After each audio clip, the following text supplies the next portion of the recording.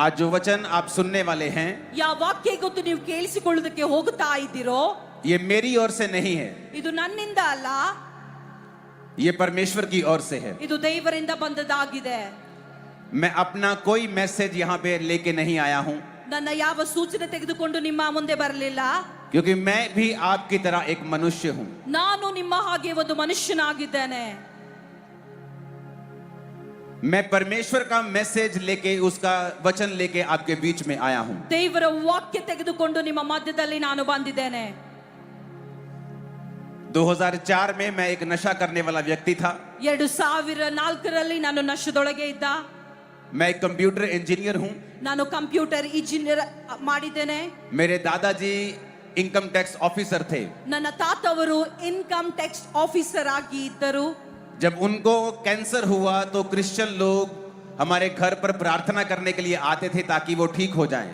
ಅವರಿಗೆ ಕ್ಯಾನ್ಸರ್ ಆದಾಗ ಕ್ರೈಸ್ತರು ನಮ್ಮ ಮನೆಗೆ ಬರ್ತಾ ಇದ್ದರು ಪ್ರಾರ್ಥನೆ ಮಾಡುವುದಕ್ಕಾಗಿ. लेकिन उस समय मैंने कहा, ಅವಾಗ ನಾನು ಹೇಳಿದ್ದೇನೆ, मैं एक हिंदू हूँ, ನಾನು ಒಂದು ಹಿಂದೂ ಕುಟುಂಬದವನಾಗಿದ್ದೇನೆ. मैं इन क्रिश्चियन लोगों के धर्म के चक्कर में नहीं पड़ने वाला हूँ। ಈ ಕ್ರೈಸ್ತರ ಧರ್ಮದಲ್ಲಿ ನಾನು ಬೀಳುವವನಲ್ಲ ಅಂತ ಹೇಳ್ತಾ ಇದ್ದೆ. ये अंग्रेजों का धर्म है। ಇದು ಫಾರಿನ್ ಅವರದ ಧರ್ಮವಾಗಿದೆ. अंग्रेज चले गए और भारत के 2 टुकड़े कर गए और अब अपना धर्म भी यहाँ छोड़ गए ताकि अब हम लड़ते मरते रहें। ಫಾರಿನ್ ಅವರು ಬಿಟ್ಟು ಹೋಗಿದ್ದಾರೆ, ಇಲ್ಲಿ ತುಕಡಿ ತುಕಡಿ ಮಾಡಿ ನಮ್ಮ ಧರ್ಮಗಳು ಹೋಗಿದ್ದಾರೆ, ಯಾಕೆಂದ್ರೆ ನಾವು ಜಗಳ ಆಡ್ಕೊಳ್ಳಬೇಕಂತ. और मैंने अपने परिवार को चर्च जाने से रोक दिया और उनको चर्च से मैंने डिस्कनेक्ट कर दिया।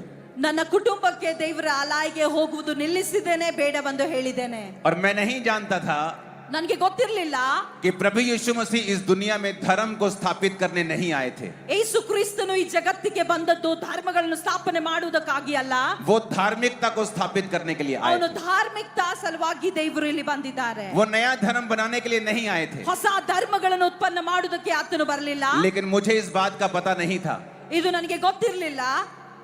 और इस बात का मुझे मालूम ना होने के कारण मैंने उनका विरोध किया और कुछ ही महीनों के बाद मुझे मेंटली अपसेट के दौरे पड़ने लगे और मैं डिप्रेशन में चला गया। ನನಗೆ ಇದು ಗೊತ್ತಿರಲಿಲ್ಲ, ವಿರುದ್ಧವಾಗಿ ಹೇಳ್ತಾ ಇದ್ದೆ ಕ್ರೈಸ್ತರಿಗಾಗಿ. ಸ್ವಲ್ಪ ದಿನದ ನಂತರ ನಾನು ಡಿಪ್ರೆಷನ್ ಅಲ್ಲಿ ಹೋಗ್ತಾ ಇದ್ದೆ.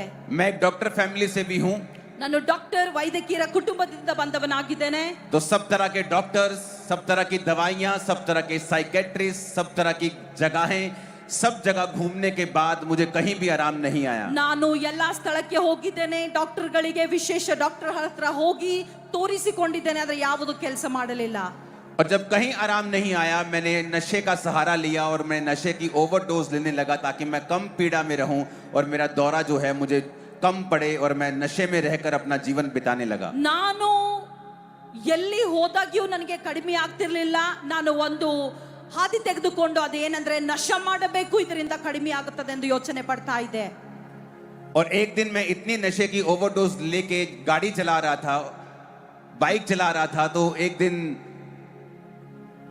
गाड़ियों के बीच में मैं ऐसे बाइक फंसा लेता था और हंसता था और जो ड्राइवर्स होते थे मुझे गालियां निकालते थे कि ये क्या कर रहा है जवान लड़का, क्योंकि मुझे कोई भी होश नहीं रहती थी।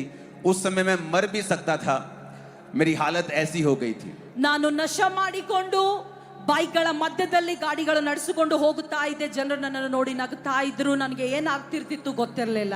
अगर मैं गाड़ी में चलता था तो अपने घर में जाने के बाद अगर मैं अपने घर जा रहा हूं तो जिस चौक से मैं सीधा जा रहा हूं, सीधा जाते जाते अपना घर क्रॉस कर लेता था। 2 किलोमीटर बाद 5 किलोमीटर मालूम होता था अच्छा मेरा घर तो पीछे रह गया है, फिर गाड़ी पीछे मुड़ता था, फिर सीधा निकल जाता था। इतना पागल हो चुका था मैं। ನಾನು ಹೀಗೆ ಆಗಿದ್ದ. ನನ್ನ ಮನೆಯಿಂದ ಮನೆ ಬಂದ ನಂತರ 3 ಕಿಲೋಮೀಟರ್ 4 ಕಿಲೋಮೀಟರ್ ಹೋದ ನಂತರ ನನಗೆ ಅರಿವು ಬರ್ತಿತ್ತು ನನ್ನ ಮನೆ ಹಿಂದಿದೆ ಅಂತ ಹೇಳಿ. और एक दिन जब मैंने फैसला कर लिया कि मैं सुसाइड करके मर जाऊंगा, एक हिंदू कपल जोड़ा मेरे घर में आया और उसी सिस्टर ने उसको कहा कि जा और उसी घर में जाके प्रचार कर जिसको मैंने तुम्हें बोला था, क्योंकि परमेश्वर का आत्मा मुझसे कह रहा है कि उस घर में परमेश्वर काम करेगा।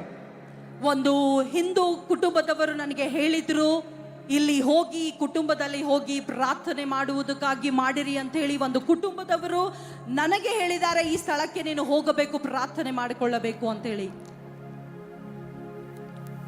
अब ये टेस्टिमनी मैं थोड़ी सी कंटिन्यू हिंदी में दूंगा, आप सुनिए, उसके बाद आप ट्रांसलेशन सुनना। तो जब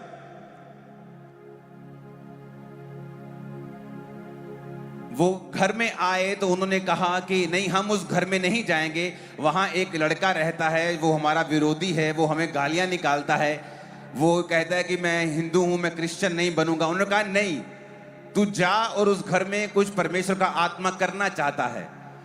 और उस दिन मैं सुसाइड करने वाला था, सारा सोच लिया था, मैं ट्रेन की पटरी के नीचे सिर दूंगा, इतना नशा पहले करूंगा ताकि मेरे को दर्द ना हो और जल्दी जल्दी मैं मर जाऊं।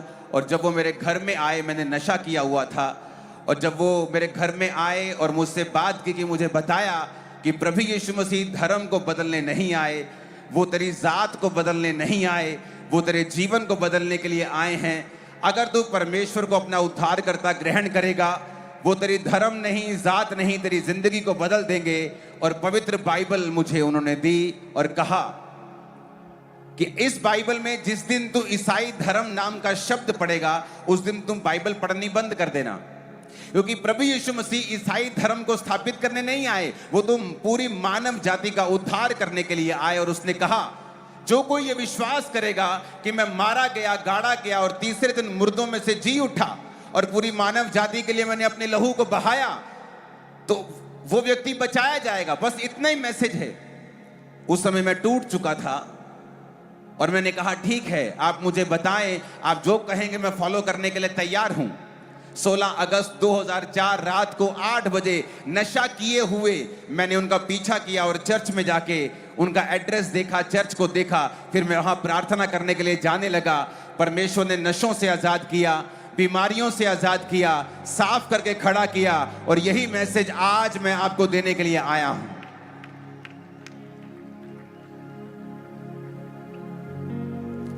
ट्रांसलेशन।